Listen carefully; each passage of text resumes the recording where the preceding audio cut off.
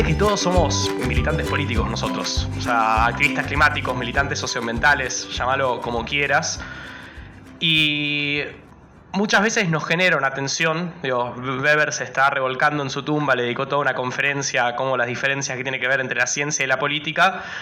Y viviéndolo a veces desde dentro de Jóvenes por el Clima, que no hacemos ciencia, pero sí hacemos divulgación ambiental, y claramente todo lo relacionado a la crisis climática y ecológica tiene mucho de divulgación científica. Hay muchas veces una tensión, y ahora decime vos cómo la ves, Bruno, entre lo que pega en las redes, lo que nos ayuda a avanzar en nuestra agenda política, porque la tenemos, queremos que cada vez se involucren más personas a buscar soluciones a la crisis climática y ecológica, queremos que se dedique más plata a un plan nacional de prevención de fuego, al plan nacional de manejo del fuego, queremos que se desarrolle una estrategia de mitigación y adaptación al cambio climático, de transición energética. Y muchas veces pega mucho más cuando lanzamos una consigna como #basta de falsas soluciones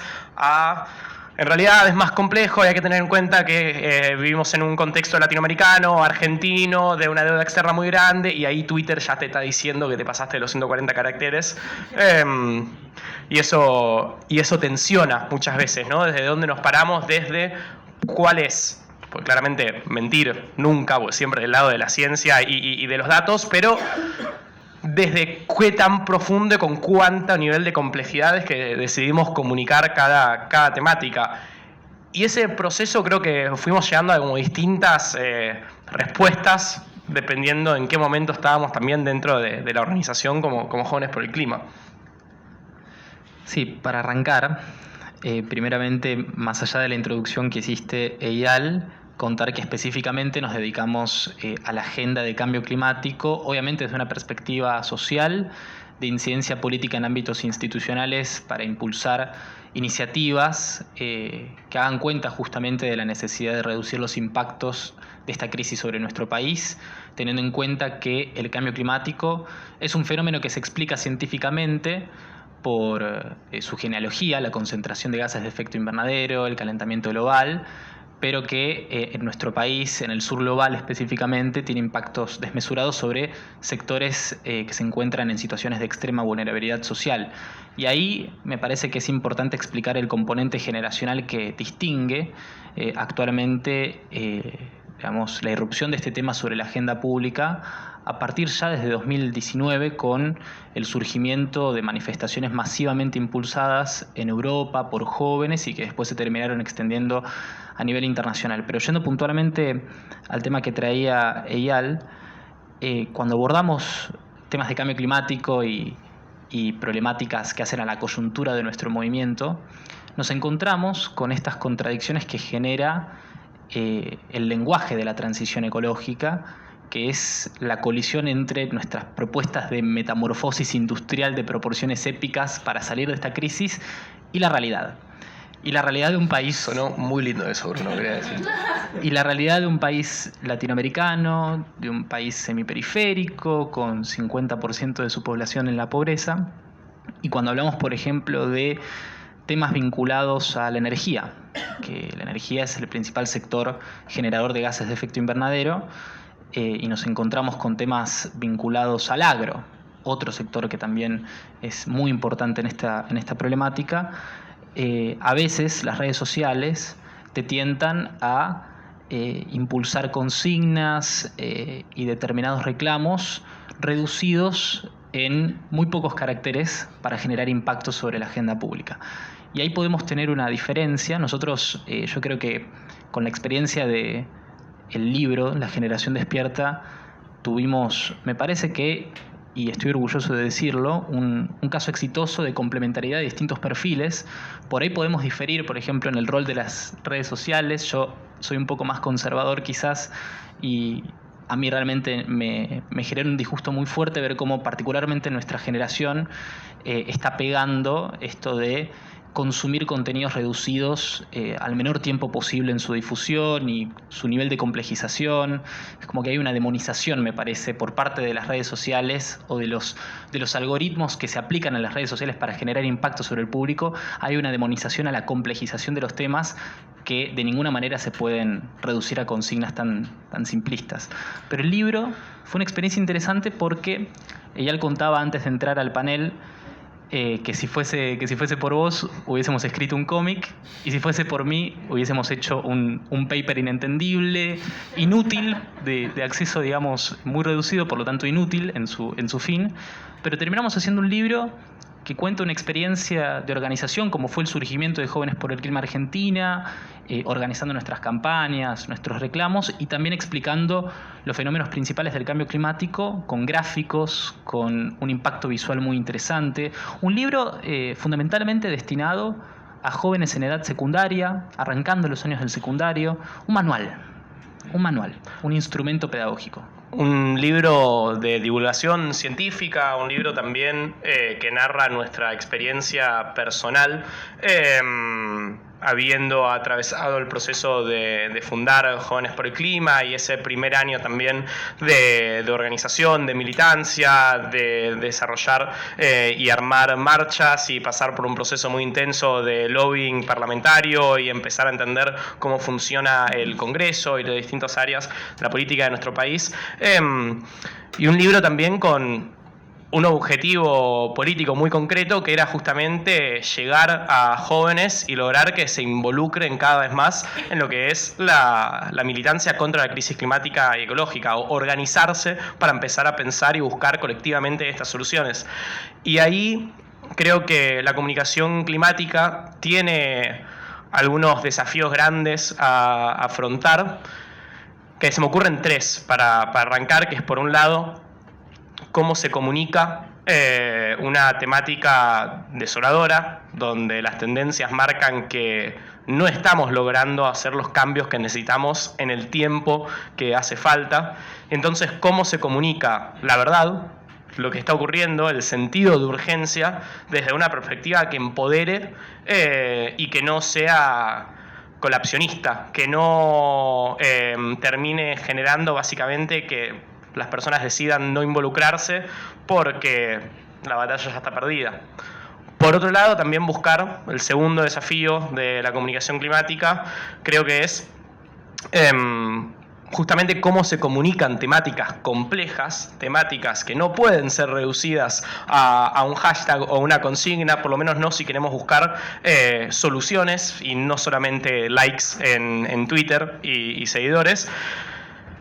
de una manera justamente que sea entendible para el público en común, porque muchas veces sucede que las personas, por ejemplo, quieren sumarse a militar en Jóvenes por el Clima o en otras organizaciones juveniles o no tan jóvenes relacionadas a las cuestiones ambientales, y que hay una barrera, un miedo muy fuerte a, no, pero para empezar a involucrarme en estas cosas tengo que saber, o sea, tengo que, como que hay una curva de aprendizaje, una barrera de entrada muy, muy fuerte, así se ve,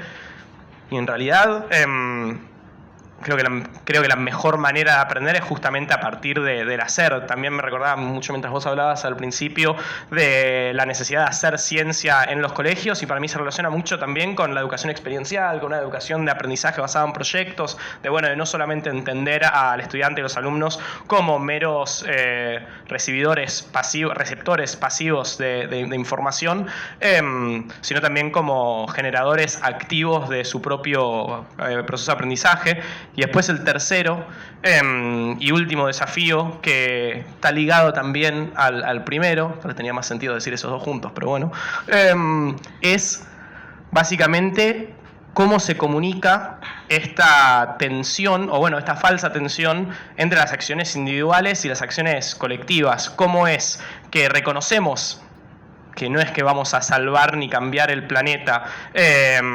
solamente cambiando nuestros hábitos individuales, cómo es que reconocemos que lo que piden los mejores estudios científicos del IPCC, el Panel Intergubernamental de Cambio Climático de Naciones Unidas, es reducir en un 45% las emisiones de gases de efecto invernadero para 2030, no está pasando, no estaríamos cumpliendo ese objetivo por ahora. y cómo logramos que justamente, bueno, se encuentre un balance en el que no. Entonces, si no sirve lo que hago en mi casa o no es suficiente, ¿por qué lo voy a hacer? Y cómo generamos que se entiende que hay una sinergia y una retroalimentación, ¿no?, entre estas acciones individuales y las acciones colectivas. Y creo que principalmente el desafío de la comunicación del cambio climático, particularmente para quienes protagonizan la producción de conocimiento sobre este tema, que son los científicos especializados en la temática, de los que las nuevas generaciones se aferraron para comunicar la urgencia del tema, la urgencia de la necesidad de soluciones. De hecho, si vemos la trayectoria de Greta Thunberg, que es esta joven sueca que emergió, que es un verdadero emergente social en la militancia contra el cambio climático, la rigurosidad científica es una bandera principal de su discurso. Y algo que aprendí participando en una instancia internacional de cambio climático el año pasado, de un autor de un libro que recomiendo, que es El Ministerio del Futuro, Librazo. es que justamente para poder generar un involucramiento masivo, ya sea en espacios de organización colectiva, en organizaciones, o a partir también de acciones individuales, es comunicar el tema desde las historias y generar una narrativa al respecto. Muchas veces las distopías pueden generar estos huecos colapsistas en los que la paralización es la primera respuesta que emerge, o también, con respecto al cambio climático, algo que me parece muy prometedor es la posibilidad del mundo que podemos construir en base a los cambios que impone la comunidad científica en cada una de sus conclusiones sobre hacia dónde estamos yendo con la crisis climática y ecológica. Y ahí, por ejemplo, cuando hablamos de los procesos de descarbonización, no hablamos únicamente de la descarbonización de la economía, el desacople del bienestar, de la generación de crecimiento económico. Hablamos de una transformación sistémica en nuestros estilos de vida, en nuestros patrones de consumo, de absolutamente todos nuestros aspectos en nuestra vida cotidiana. Y ahí la necesidad de tener un complejo técnico-científico nacional involucrado activamente en la búsqueda de estas soluciones emerge como una necesidad fundamental. Por eso, cuando hablaban sobre los estragos en la búsqueda de financiamiento, de apoyo económico, para buscar mejores herramientas, mejores instrumentos para la divulgación científica, es un problema que me parece que desde los colectivos socioambientales tenemos que incorporar a nuestros pliegos reivindicativos. Por ejemplo, todo lo que refiere a adaptación del cambio climático, con el tema de los incendios, que en los últimos días, actualmente en Rosario vemos que está cubierta de humo esa ciudad. La generación de sistemas de alerta temprana de eventos climáticos extremos que crecen en intensidad y frecuencia requiere una participación clave de nuestros científicos, de nuestras científicas. Y a mí me parece que hay un lazo intergeneracional que se teje entre las juventudes y nuestros científicos, que genera puentes que me parece que van a dar resultados exitosos en lo que respecta a la difusión de estos temas, a la innovación comunicacional sobre estos temas. Y el libro es un humilde aporte en ese sentido, porque nosotros no somos expertos, somos jóvenes que fueron interpelados por la temática desde una perspectiva de, ver qué futuro se acerca, o con qué futuro vamos a tener que lidiar a partir de decisiones que tomaron generaciones pasadas, a partir de un sistema que se diseñó y que nosotros vamos a tener que lidiar con en el futuro, y que no tenemos soluciones, sino preguntas que son difíciles de responder, que no queremos tener respuestas reducidas en 5 caracteres como lo plantean las redes sociales para generar impacto, pero que sin embargo queremos que tengan un involucramiento masivo por parte de la sociedad. Hay, como decía Ernesto Laclau, para traer a un académico de las ciencias sociales, la democracia se fortalece cuando actores que están excluidos de la esfera pública empiezan a tener una participación preponderante. Y me parece que las juventudes preocupadas por el cambio climático son hoy ese actor.